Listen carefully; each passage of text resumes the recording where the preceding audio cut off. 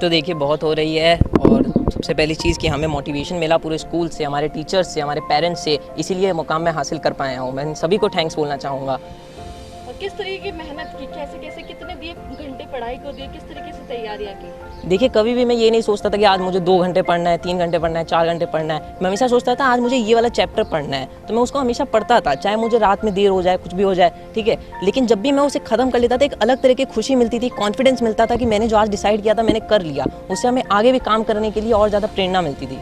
मैं उन सभी बच्चों से ये कहूँगा कि जिनका भी एग्ज़ाम आने वाला है कि वो ज़्यादा ध्यान मार्क्स के ऊपर मत दें कि मेरे इतने मार्क्स आ जाए। मतलब ये चीज़ तो रहनी ही चाहिए दिमाग में, लेकिन साथ में उन्हें ध्यान होना चाहिए कि मैं जो पढ़ रहा हूँ मुझे समझ आ रहा है या नहीं। उन्हें उसकी नॉलेज हो जानी चाहिए। अगर ऑब्वियसली नॉलेज सारी मिल जा रही है उनको उस चैप्टर की, तो उनके मार्क्स भी अच्छे आ जाएंगे। पर सारा फोकस मार्क्स के ऊपर नहीं होना चाहिए आपका। आपके जो रिजल्ट है उसके ऊपर फोकस नहीं होना चाहिए, जर्नी है जो आपकी उसके ऊपर फोकस होना चाहिए आपको। देखिए अफसोस तो होता ही है, अब चाहे आपका 1 नंबर रह जाए, 3 रह जाए, आपको हमेशा रहता है कि मुझे ज़्यादा मिल जाए इससे, और हमेशा ऐसा ही रहना चाहिए, तभी हम आगे इंप्रूवमेंट कर पाते हैं। मैं कोशिश करूँगा 12th में से इंप्रूव कर सकूँ। जी मेरा नाम नेहा है। मेरे 96.8% आए हैं। 96.8 आए हैं। आई थिंक इससे ज़्यादा अच्छे आ सकते थे। वो कमी तो मैं 12th में पूरी करूँगी। और मोटिवेशन मुझे पेरेंट्स से और टीचर से बहुत ज़्यादा मिला है। हमारे क्लास टीचर हमें इतना ज़्यादा मोटिवेट करते थे कि मुझे लगता है कि आज जो भी हूँ मैं अपने टीचर्स और पेरेंट्स की वजह से इतने नंबर ला पाई हूँ। 90.8%। मेहनत तो बहुत की थी लेकिन मार्क्स कम ही आए, सेटिस्फेक्शन नहीं हुई अभी हमें इतनी। अभी मोटिवेशन तो बहुत लेके चल रहे हैं क्योंकि हमें सारी कमी अब 12th में पूरी करनी पड़ेगी। पूरी 100% की कोशिश रहेगी, बाकी आगे देखेंगे। देखिए मोटिवेशन तो इन बच्चों के मार्क्स देखकर ही दूसरे बच्चों को मिल जाते हैं।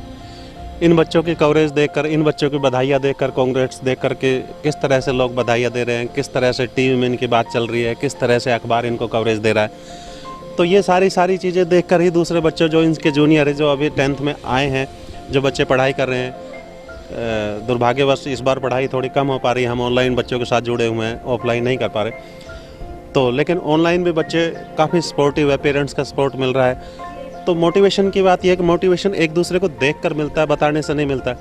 तो आज इन्होंने बच्चों ने एक एग्जाम्पल सेट कर दिया है कि 99.4% तो आ चुके हैं। अब इससे ऊपर जो लेकर आएगा वो रिकॉर्ड है, तो इससे नीचे लेकर आएगा तो उसकी कोई ज़्यादा अहमियत नहीं रहेगी, क्योंकि जहाँ 99.4% आ चुके हैं तो उससे ऊपर आना चाहिए, तभी एक इतिहास में नाम लिखा जाता है, तभी रिकॉर्ड कायम हो।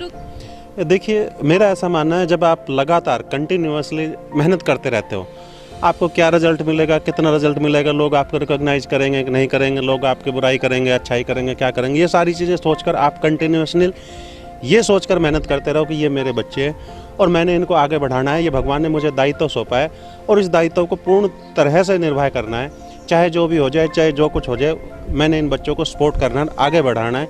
तो उसके लिए वही सोच आगे रखते हुए मैंने कभी ना दिन देखा ना कभी रात देखी। इन बच्चों को जहाँ मुझे महसूस होता था कि यहाँ इन बच्चों को ज़रूरत है टीचिंग की, ये सब्जेक्ट हार्ड है या इनका कोई सब्जेक्ट किसी लेसन में बच्चे फंस सकते हैं, तो मैंने ऐसे सब्जेक्ट का विशेष रूप से प्रबंध किया।